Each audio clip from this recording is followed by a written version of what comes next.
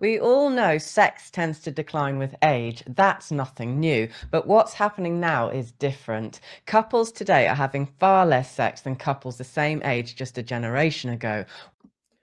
This video was sent to me by a subscriber. The YouTuber's name is Laura Howe. The video is going to be the first link in the description box. Tell her Darius Sim sent you. It's titled The Sexless Marriage Epidemic, Why Married Couples Have Less Sex Than Ever. Let's get into it. What used to be once a week has fallen to once or twice a month, and for many, none at all. And this isn't just a bedroom issue, because when sex disappears, relationships weaken, health suffers, families struggle, and the consequences for society are significant. So in this video, I want to look at what's really going on, why marital sex is declining so fast, and why it matters. Hi. I'll get into a quick hypothesis and why it's declining. Is because most women who get married to these dudes, they are not their first choice, right? These dudes are not their type. They're just beta male providers. She's not all that attracted to him. I'm not saying he's unattractive, but she's not, really got the hots for him. She's not, thirsty for him like that. So he's like, okay, this guy, he's good enough. He can pay some bills. I'm tired of working. I maybe got a couple kids about Pookie, Ray Ray, and Tyrone and Chad, the dudes I really wanted. And those dudes don't get those women wet. The married men, I'm being real. It's just the truth of the matter. Women, as they get older, they desire security and resources and stability. So what they do is they get with a guy who's, not really all that good looking. He's not a player. He doesn't have, those really good genetics and everything. He's probably not super tall, whatever. So they get with this guy and he's the safe guy. He probably not going to cheat on her. Women know, right? If you're that dude, if you can get women, and most married men, I'm not saying all, but most, they're just a safe guy, and this is why a lot of women cheat and stop having sex with those husbands, because they got what they wanted. They got that ring, they got the house, they got the car. Hi, I'm Laura, a relationship counsellor and coach in the UK. I help couples build relationships that feel alive, connected, and deeply fulfilling. If you're new here, welcome. It's lovely to have you. So just how common are sexless marriages today? You've probably heard the stat that 1 in 5 marriages are sexless. That often gets taken to mean the other 4 in 5 couples are having plenty of sex. But that's obviously not true, because the stat only counts the most extreme cases where couples are having sex fewer than 10 times a year. So if you're having sex once a month, you don't even appear in that statistic. And just to be clear, in research, sexless doesn't mean zero sex. It's just a technical definition. But let's be honest, once a month would still feel like a sexless marriage to most.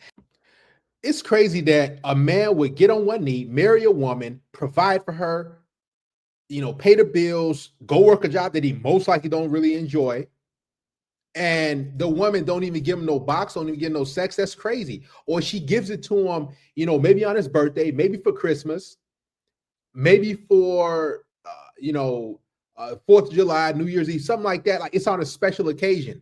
That's why so many men are like, man, we got to worry about the divorce machine and getting screwed in court and our kids taken away. But on top of that, you telling me I got to pay these bills and I'm still not getting no sex? So, like, and you guys probably heard women say this on the comment section, like, just because you take me to dinner or buy me stuff, or it's still my body. It's like, dang, like, this, no wonder why men aren't getting married and dudes ain't trying to be in relationships, because it just seems like most women are a bill and there's no real benefit. Like, you tell me I can't get no box, but here's the crazy thing: before y'all got married or you committed to her, you made her your girlfriend or wife, the sex was always on tap. She was doing all type of freaky stuff, but as soon as she got what she wanted, that ring, she cut it off. Bait and switch. Try asking 100 married, middle-aged men how great their sex life is, and you'll get an awkward silence from a lot more than 1 in 5 of them. And the stats back this up. The British National Survey of Sexual Attitudes and Lifestyles found that by ages 35 to 44, couples were averaging 2 to 3 times per month. By 45 to 54, it drops again, often to once or twice a month. And about 1 in 3 report no sex at all. Nothing, zilch, nada. And remember, these numbers are probably conservative because people feel embarrassed talking about sex, especially us Brits, so we tend to give rosier answers. The true extent of sexless marriages is likely far worse. Just bear that in mind the next time someone cuts you off in traffic. Okay, let's put this in perspective. How does today compare to just a generation ago? We all know the 90s were better. The culture, the fun, the freedom. Well, it turns out the stats agree, at least when it comes to sex. Back then, people in their 30s, 40s, and 50s were having way more sex. By the 2010s, frequent sex more than halved in the 35 to 44 age group. And it's not just the UK. Studies from the US, Australia, and Nordic countries show the same thing. Partnered sex has dropped by 15 to 28% per decade since the early 2000s. Zoom out even further and here's the long-term trend. For most of the 20th century, couples held steady at about once a week, but since the 1990s, it's plummeted to just 2 to 3 times a month. The long plateau, followed by a sharp decline, shows just how unusual and recent this shift really is. So why is sexual frequency declining? In the 90s, The issue is these women enjoy sex. They want to have sex. They like sex, but they, as they get older, they desire guys who gonna give them security, and typically those guys, aren't really all that sexually attractive, right? So there's that alpha seed beta need, that alpha beta bucks, and women they marry dudes who they're not all that into. It's messed up, but it's the truth. and before, people went out more. Pubs, clubs, social gatherings, and most people worked face to face. That social engagement led to far more opportunities to form relationships. Today, our more isolated existence means it's harder than ever to even form a committed relationship. And for those who do manage to establish long-term bonds, the pace of modern life can be brutal. Couples juggle jobs, kids, bills, and endless to-do lists. And unlike in the past, both partners usually work full-time and share the domestic load.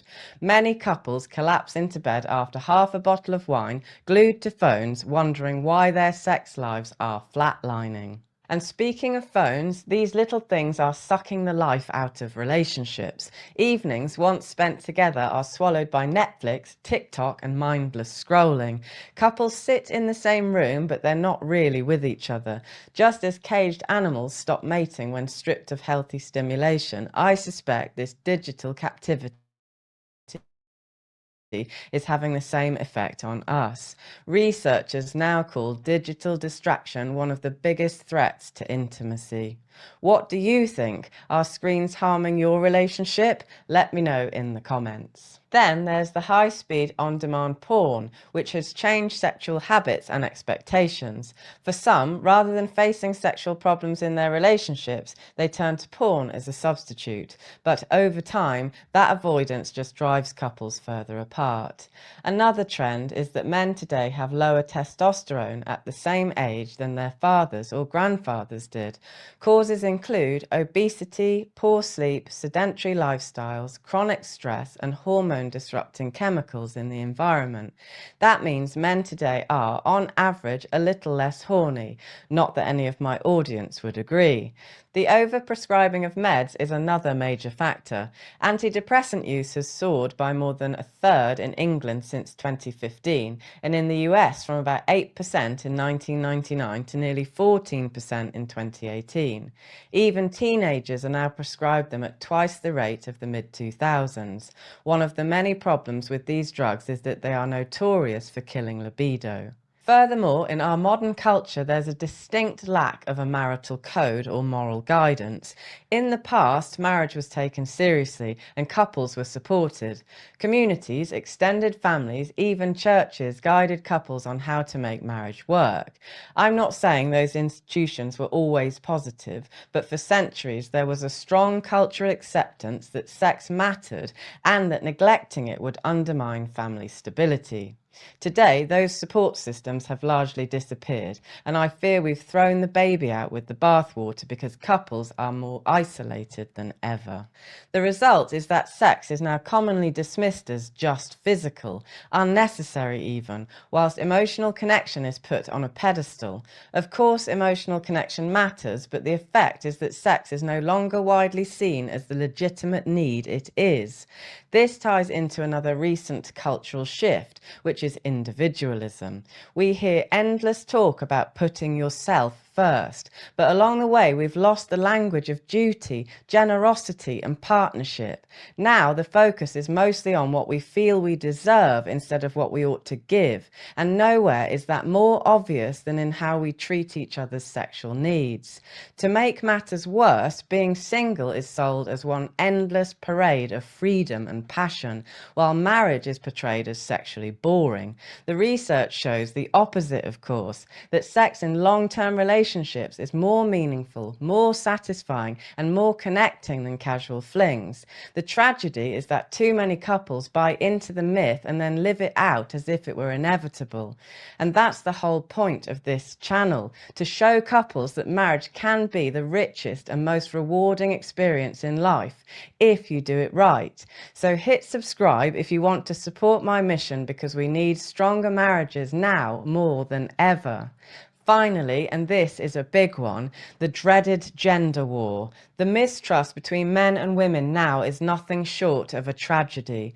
Online echo chambers fuel resentment on both sides, whether it's the red pill crowd or hostile strands of feminism. They're as bad as each other. But when it comes to marital sex, modern feminism has taken a wrecking ball to the notion that it matters at all. The idea that our husbands need sex on an emotional level has been ridiculed and dismissed. Men are often portrayed as shallow or entitled if they express sexual needs, rather than as human beings wired to connect through sex. The result is that trust feels harder than ever, and the motivation to connect, whether you're dating or already married, is slowly evaporating. Okay, so where is this heading? If trends continue, we're heading toward a world where not having sex in marriage is normalized, where sexlessness was once considered a warning sign. It could soon be brushed off as just the way things are, which is highly problematic for society, because at the couple level, even once-a-week sex is linked to greater happiness, stability and resilience to stress. When it's absent, resentment grows, emotional distance sets in, and the risk of divorce skyrockets. And on a health level, sex isn't just a fun hobby like bowling or going to the cinema. It lowers stress, strengthens immunity, and supports emotional resilience. People who involuntarily go without end up lonely, anxious, and unwell. Children suffer too when their parents become roommates. Intimacy between parents creates a sense of security, modeling what healthy adult relationships should look like. So when that tactile bond is absent, children often create weaker templates for trust and stability in their own relationships, which they may pass on to their own children, and so a generational cycle begins. And finally, zooming out to a societal level, we can see that birth rates are collapsing across most of the developed world. 1.5 in the UK, 1.6 in the US, just 0.7 in South Korea. Experts warn this means aging populations, shrinking workforces, and mounting pressure on pensions and healthcare systems, with long-term economic strain to follow. I don't want to be too hyperbolic here, but if the decline continues, and younger data suggests it will, the consequences are potentially quite serious for those left to pick up the pieces. So, what do we do about it? The good news is this isn't out of our control, and you can probably guess what I'm going to suggest. Yes, have more sex. Every couple that chooses to prioritize sex and closeness rather than drift with the scattering herd is part of the solution.